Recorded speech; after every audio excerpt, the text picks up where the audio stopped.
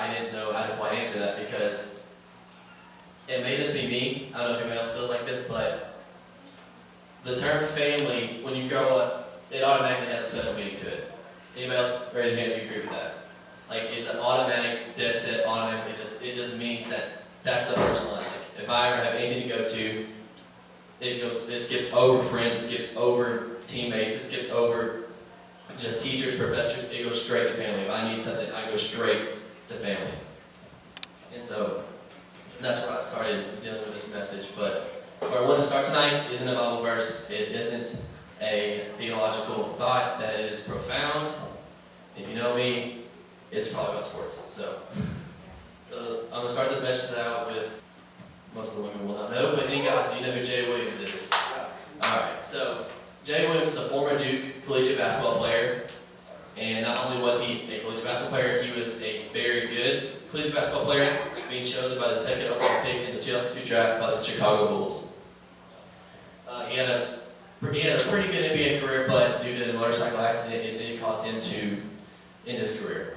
But now he's a current ESPN college basketball analysis. But the reason why I chose Jay Williams to start this out, it wasn't because of his ability, it wasn't because of his stats, it was because of what happened while he was in the NBA that changed his life. And one day, he was playing against the Lakers, or it was before the pregame. And so this is at Staples Arena. If you know anything about basketball, Staples Arena is the biggest, it's like the mecca of college or NBA basketball. It's LA. Anybody ever been to LA? I mean, I envy y'all so much. I've never been to Florida yet, so we're working there. But what changed Williams' mindset on life when he played against Kobe Bryant, when he entered the Lakers arena hours before the game to get loose and get some shots up. I know we got some ballers over here. How many play basketball for the school? I know we got Cole and Caleb. How many times before the game do y'all like hours before the game, y'all get to the gym early, get some shots up before it's even like shoot around the team's got to be there? Y'all do that? Yeah, clears your mind, you get everything loose and warmed up. As Jay Williams sat down to lace up his shoes and get ready for his pregame workout, he heard a ball bouncing and noticed that it was Kobe Bryant. Somebody said Kobe. Kobe. So he turned to the other side of the court and tried to focus on his shooting. Later, after Williams was done with his pregame shoot around, he noticed that Kobe Bryant was still there. Not only was he doing his shoot around like Jay Williams does, but he was doing it at a game speed. He was doing it game moves, game speed, full sweat before the game. And most people say whenever you're shooting around, oh, you just go loose, you just do it, go through the motions, you know, you're just trying to not break a sweat. Yeah, means to say Kobe dropped 40 points on Williams and the Bulls that night. Williams went on to say after that game, he found Kobe and talked to him and asked him why he stayed in the gym longer when he knew Williams got there before him and that he knew Williams was leaving before him. And Kobe Bryant's response is something that stuck to me because, back to the family thing, I have a couple of nieces, or a couple of relatives below me, and my little brother. And what Kobe said was, because I knew you were looking. Kobe has been known for his tremendous work ethic in perfecting his craft of playing basketball, so for him to have someone try and outwork him, he cannot let this happen. The term, that saying, because I knew you were looking. As we go through our lives, every action that we have is going to mean more to somebody because everything we do as Christians is picked apart. As in this world today, the world is kicking out doctrine, kicking out truth, and as they find people that are staying for truth, they will nitpick everything about them. So the scenario between Williams and Kobe Bryant, how much so is the same with dealing with the church? Just think about it. Our goal is to be a light unto our schools, our workplaces, and communities. As stated in Matthew 5:14, you are the light of the world in a city that is set on a hill. People watch and dissect every move that we make because we are different. We have been gifted with the opportunity to stand up from the world. Many athletes use their platform, or their platform in the sports world to promote what they believe in, but we have been given a quote-unquote platform that is our faith. Our faith separates us from other people because faith is the substance of things that are unseen and hoped for. But what drives our faith? This is like the meat of my message tonight. What drives our faith and passion for the things of God? And this is the question that remains to answer our daily walks with God. And another question that comes to mind is, what really comes first? Desire or passion? Raise your hand if you think desire comes first. Raise your hand if you think passion comes first. It can be debated in many ways, but here's my take on that.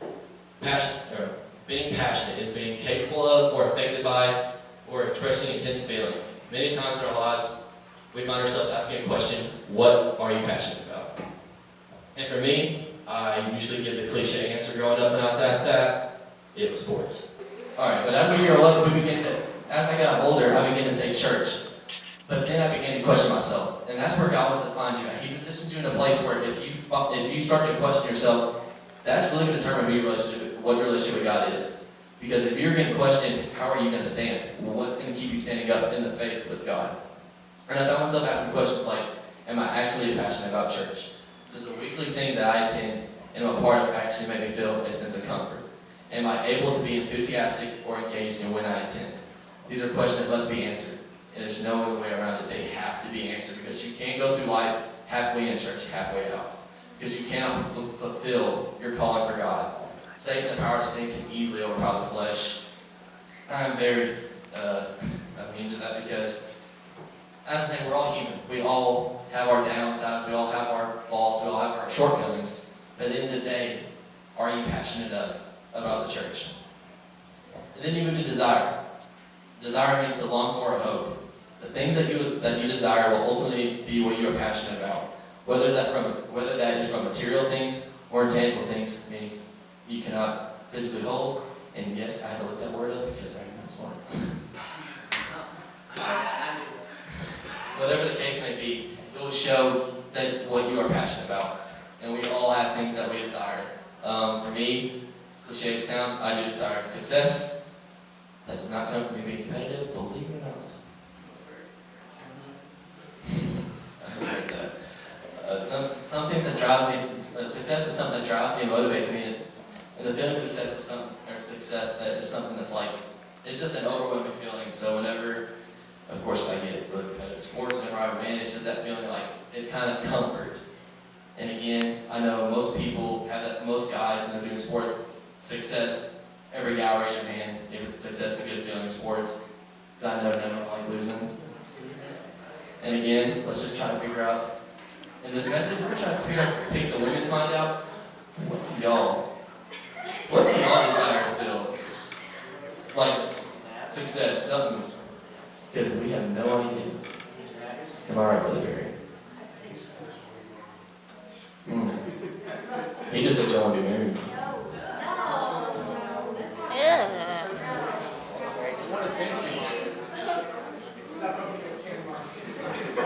Alright. But where we as Christians find ourselves sometimes in a place is where we don't know what we desire.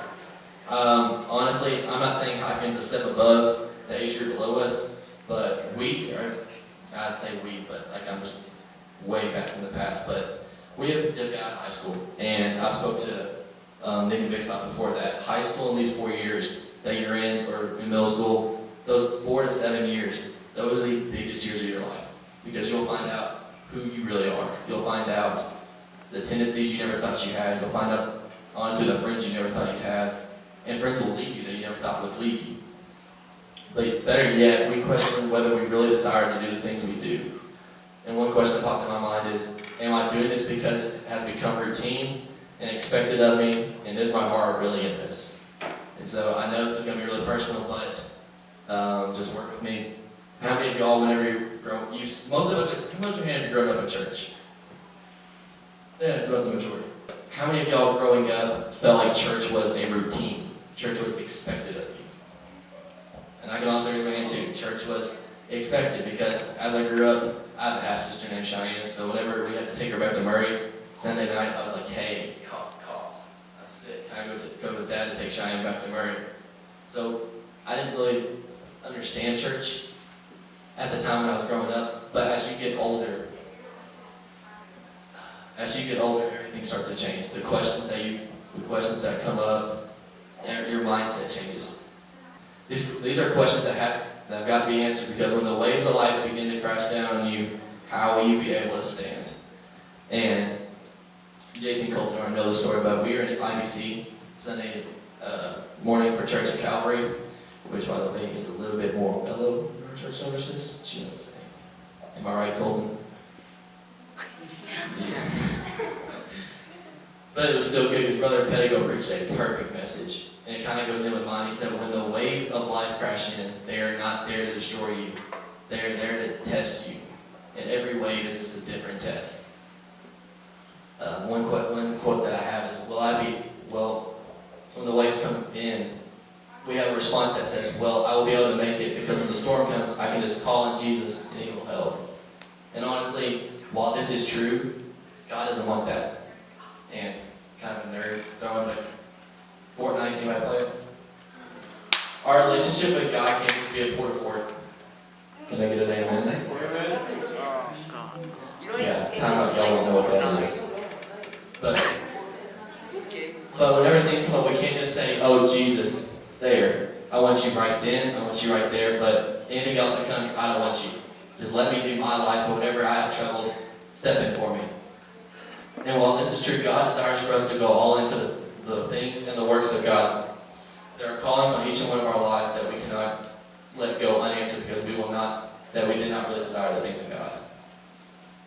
And now we get a little biblical. Moses fled to the backside of a desert. The Israelites wandered for 40 years. So why should we allow ourselves to get to a point so far from where God wants us? This message hit me. And I had this quote, I was praying about it. And it says, this is because when we question ourselves being used to God, we become so confused and that we don't know where to go. And so I'm going to be honest with y'all, how many of y'all do not know where you're going to be used to God? Be honest. I mean, I have doubts on it too. Nobody knows. I'm going to be honest with you. You can pray about it. You want to know, you want God to tell you, but honestly, you just have to live life. And that's the hardest thing for a human to do, because we want answers now. We want to know the future. We want to be able to plan for it, but God's not what God wants. So whenever we get to this point, we're confused and don't know where to go. When this happens, it leaves us broken, shattered, and wondering where to go and what will happen next. And I've gone through things in life sometimes, like seeing certain family members walk away from church. How many of y'all, I know some of y'all do, but how many of y'all got some family members that y'all know who walked away from church? And y'all got friends that walked away. The reason when you lose friendships and relationships, see loved ones and friends fall away from the truth. The reason you hurt when you see someone that's close to you not live for God, the reason you hurt when you see someone walk away from the truth is because you have put everything into them. You have put your time, you desire to be with them and then to be with you in the best and worst times in your life. You put your money in, you put your trust in, you put your faith in. And arguably, what makes it hurt the most is that you put your love into that relationship. Your love is something unique. It's something that makes you. I don't love people the same way that, say, Brother Perry does. I don't love the way some people in Houston or Brooklyn or somebody else does. Because what God does is that His love is greater than anything we can imagine. So in order for His love to be greater, everyone else has to be unique. And I know that sounds kind of confusing to think about it. If God's love has to be an outstanding and reckless love that goes above measures, goes above boundaries, everybody else has to be completely different. Because if anything is the same as His love doesn't mean anything to us. But how different is God's love? When you see God's love isn't just put into a relationship. God's love isn't a situational kind of love. That's where we get this whole religion thing wrong. That's where when people go around saying, what's truth? What's God's love? What is really going on in our lives? It's because God's love is the relationship. There is no relationship without love. There's no friendship without love in life. There's no relationship. There's no family without love. Can I get an amen? Amen. Amen. And it's because when God's love is put into a relationship, you and I would not be here without it. God's love is deeper than any earthly love because it means more. Because, and we've heard it many times, while I was yet a sinner, Christ died for me. But the story gets better. He didn't just die for me that I might be used. He didn't just die that I could simply live life and have life. No. He died because He already knew what my calling was. He already knew what I was going to step out and do. He knew every sin. He knew every fault. But He knew every greatness. He knew every greater use that I would be used for in God. And I don't deserve it. And how many of y'all know the song Reckless Love by, I think it's a great. Yeah. And I don't know, the first time I heard it, I just broke down in my car. I pulled over. I was leaving work. I pulled over into Taco Bell. I was probably in my driveway listening to it. I don't know, but it hit me. How many of y'all have had those moments where it's not even a song anymore? That's a testimony. And honestly, whenever songs like that, or that what your mercy did for me, that's a testimony. Because like you can sit there and at the same time you're thinking, God, just let that lyric, just listen to this lyric. Just close your eyes and picture this as a prayer. Lord, you found me. You healed me. You called me from the grave. You gave me a real love. I thank you, Jesus. You washed my sins away. That's just a prayer. That's a prayer. That's a thank you. That's a praise because God doesn't, because humans can't give you that. God can only give you that because God, you don't deserve it. And as the song goes, I don't deserve it, but still you gave yourself for me. And where the struggle in life to live for God is that we become complacent and not expect things in life from God. Because in your walk with God, complacency and expectancy cannot coexist. Because whenever we begin to get comfortable with things of God, it's like, oh, these Sunday night moves are just normal. Oh, we're just going to go through the motions. We're just going to sit here, you know. Oh, there goes Sister Teresa, have a shout down. There goes Brother Barry shaking his hands up again. There goes Brother, what's his name, Marty? There goes Brother Marty taking a lap. We can't allow those things just because we see them doing that. We have to expect God to move. We have to see, that may step out sometimes, but we need to expect God to move from that service, moving on to a further service where there's more step out, where there's more altar calls in the middle of it. And as I'm kind of wrapping up here, I say that, but not really. But I ask that we stand and kind of like, push the chairs back and kind of form like a big youth group circle. Something that's near and dear to my heart because growing up, and Rayleigh can testify to this too, we weren't for sure if this would ever happen. Because this was, when we first started Brother Knox, it was a slim view. Alright? It was slim. And honestly, whenever you have a youth group like this, you're going to go through it as a family. I can honestly say, I'm going to be honest with y'all. Yes, I've been friend zoned by her. I'll bust myself out in front of everybody thousands of times. But at the same time, I can honestly say if it wasn't for her, it wasn't for Jericho, Rayleigh, and Shelby, and others that were in the youth group that slim to you, I'm not here today. Because the youth group that you have is the youth group that's your family. That is a second family. That is a second family.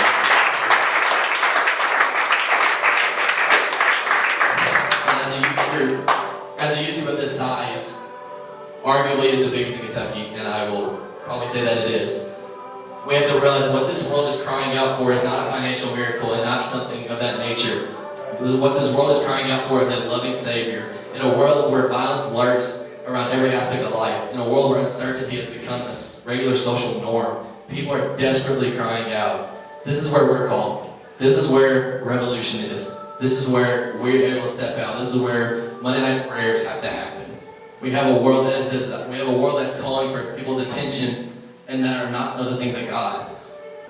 That Brother Perry and Sister Perry are going to notice. There's so many of us that there's no way they can see every individual life and know what they're going through. And honestly, I'm going to be honest with you, those are the things I've been struggling with too. How many of y'all got some struggles you'll have? What y'all got?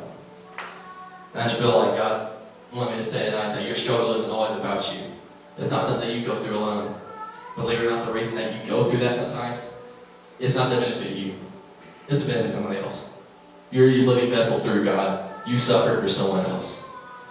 Just listen to this. This life is more than just yourself.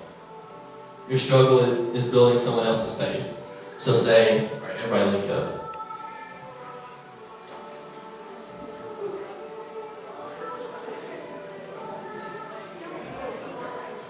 All right.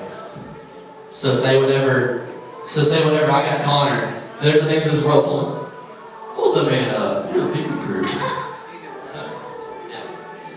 Alright, so whenever I say I got things pulling away, say Kim Gary's getting pulled away from the church. Say there's things coming against him. He's got to have that youth group. That youth group's going to hold him right there. Because we are accountable for every single one of us. Every one of us have a calling. And there's a purpose for every one of you. Kim Gary, I know, I'm going to be honest with you. You're crazy athletic. But there's a reason you have that.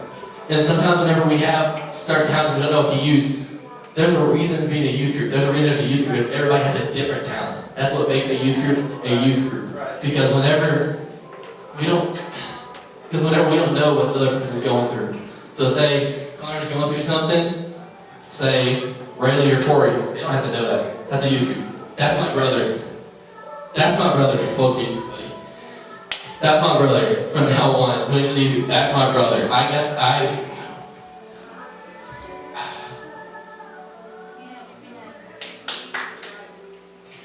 Because when a family comes together, if one's getting lost, the other one's breaking. When one of us hurts, the other one hurts. Because whenever you go,